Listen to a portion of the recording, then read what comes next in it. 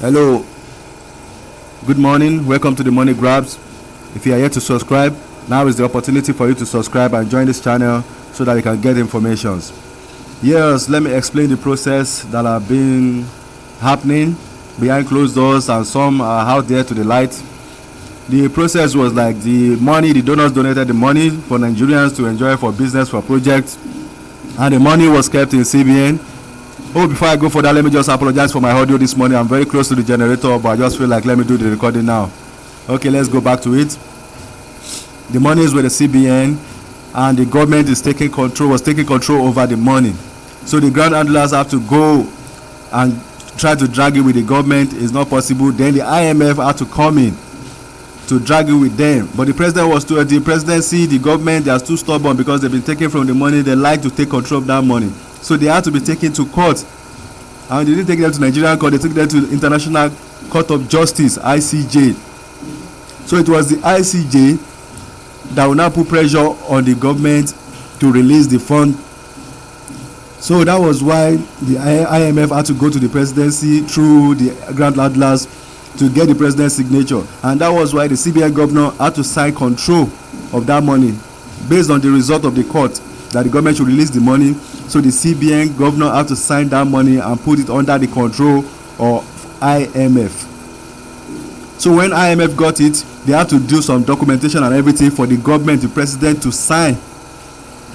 The signature is to release total control and total access of that money to the IMF. That was why they had to go and get the signature of the president. And now that they have gotten it, they have to report back to the court. That they have to send a copy back to the court that yes, we have received the authorization from the presidency. So that was why they sent the document to ICJ yesterday. And as we all know, the ICJ is an international company, is a national organization, and they will not waste time with things that will better the life of people. So I believe today the ICJ will do the necessary things and release and give the IMF and the ground handlers the authority and the access to start disbursement. So yesterday there was a voice note that I shared, and the woman was complaining that we are approaching the end of the month, which is the salary week. And what they mean by that is that because the banks will be paying salaries across the country, it might be difficult for them to handle disbursement. I will just say that won't work. We will not accept that kind of excuse. They have said they've given us that excuse around November, around October. That was salary week, without even telling us that they have to go to court, without telling us that the president have to sign.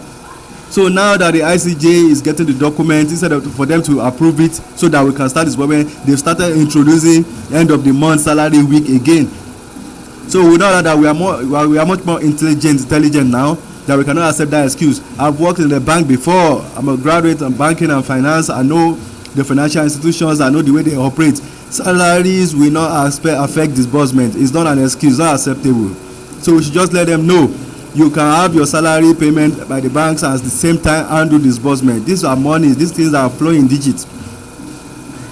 So we will not accept that, because if the ICJ give them the go ahead to start paying, they should start paying. They should start disbursing.